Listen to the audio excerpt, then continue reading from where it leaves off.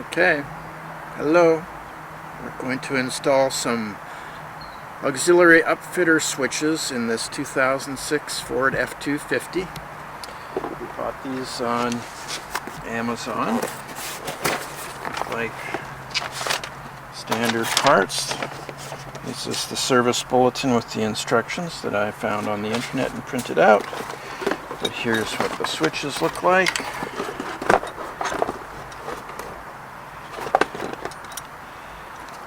This goes in here somewhere. We'll find out where it goes.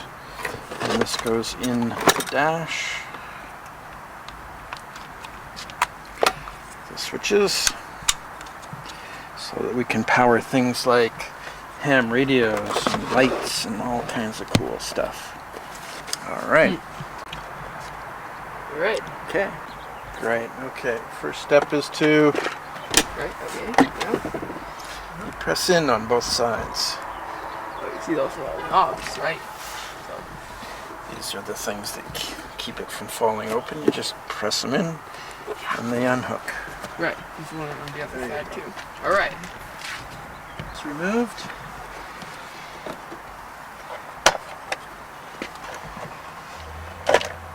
This one, open, emptied.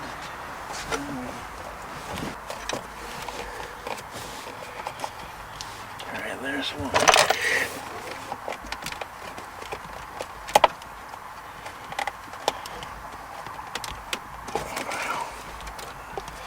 That doesn't want to come out, does it? Let's see. There's one on the bottom. Oh, it's going to be all of them, isn't it? Okay, there's the trailer switch.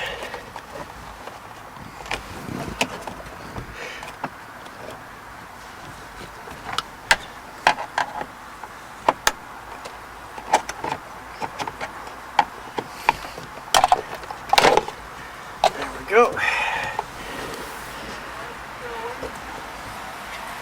What's that? You doing a YouTube video of your own? Uh-huh. Give us a hand. Okay. Neighbor Jay. All right. We'll just leave that in there. Nice. Where's that switch? So we'll just leave that out for now. Alright, next step is to attach the relay box above the glove compartment to the vertical cross member with fastener holes provided.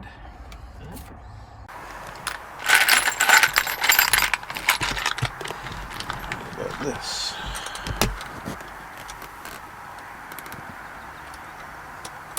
Well, it would be nice if they gave you screws with this, because now you need to figure out what thread of screw is going to work.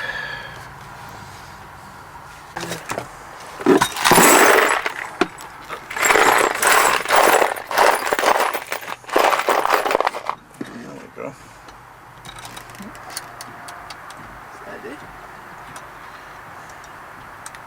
Because the vendor of this kit did not provide installation screws with it. Tisk.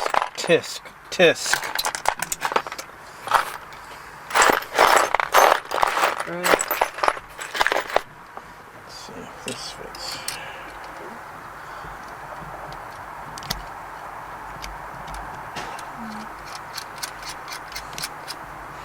That does.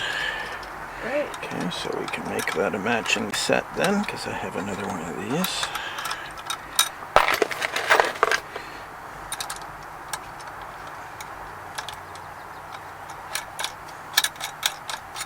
Very nice. Right. Okay.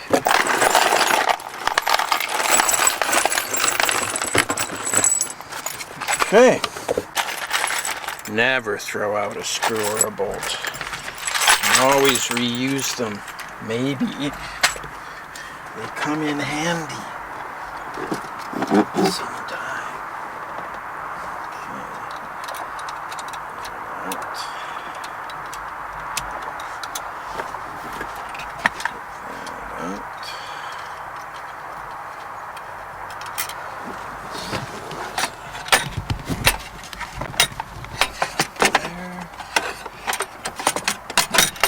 See at the side there where it goes in?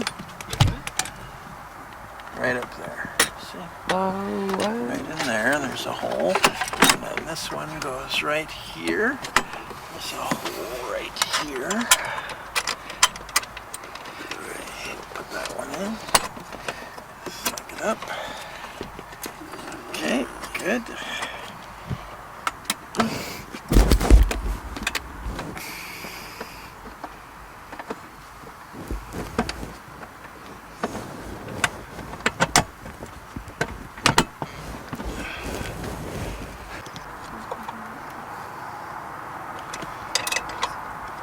Tighten up the hex head screw right there. Making sure it's... Put it nice and tight so it doesn't come loose and start to vibrate. Yep. Hate a rattle in the dash, don't we? Yes, you do. It's 2, 3, 4, 5, just... Oh.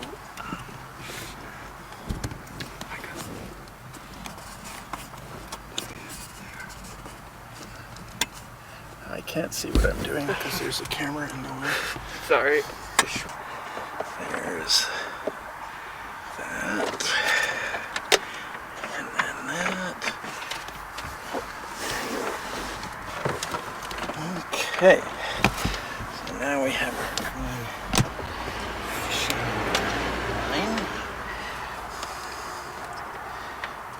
A bit of duct tape. Whack, whack. Let's get quacking with our duct tape. And that's the end of this roll.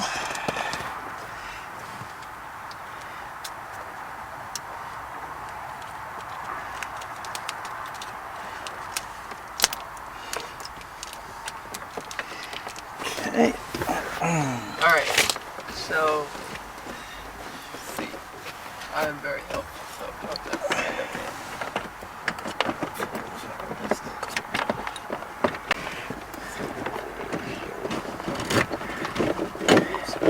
Okay, there we go. Come on, baby.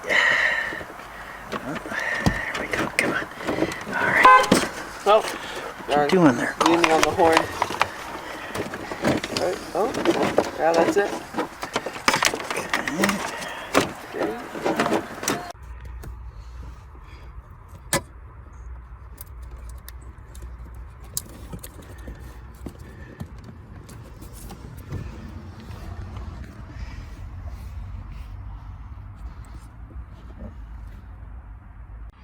Okay, step 6. Route the harness by feeding it through the dash from the glove box compartment to the fuse panel. I had to take off a few pieces there to get through that. But here it is, routed through. I'll continue routing it, but step 7. Attach the wiring harness to the vertical cross member with a wire tie. We'll do that in a minute. Attach a grounding fastener. That's step 8. Step 9, remove the fuse panel fasteners and pull the fuse panel out.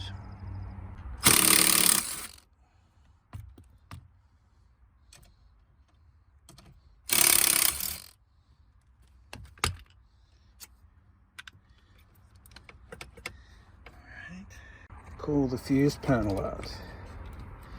Plug the harness into the K connector in the back. Well, I'll have to look for that. So that would be that one right there.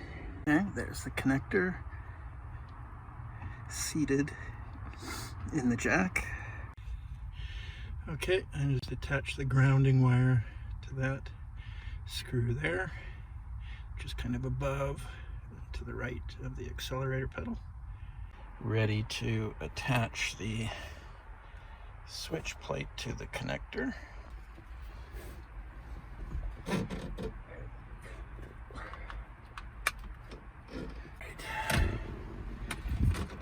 I mate these two together like so. Slide them in together.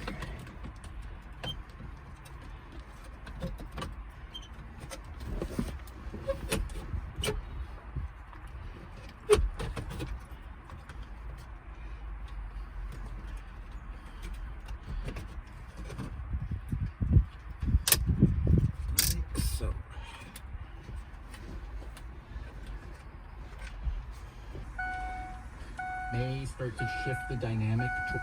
All right.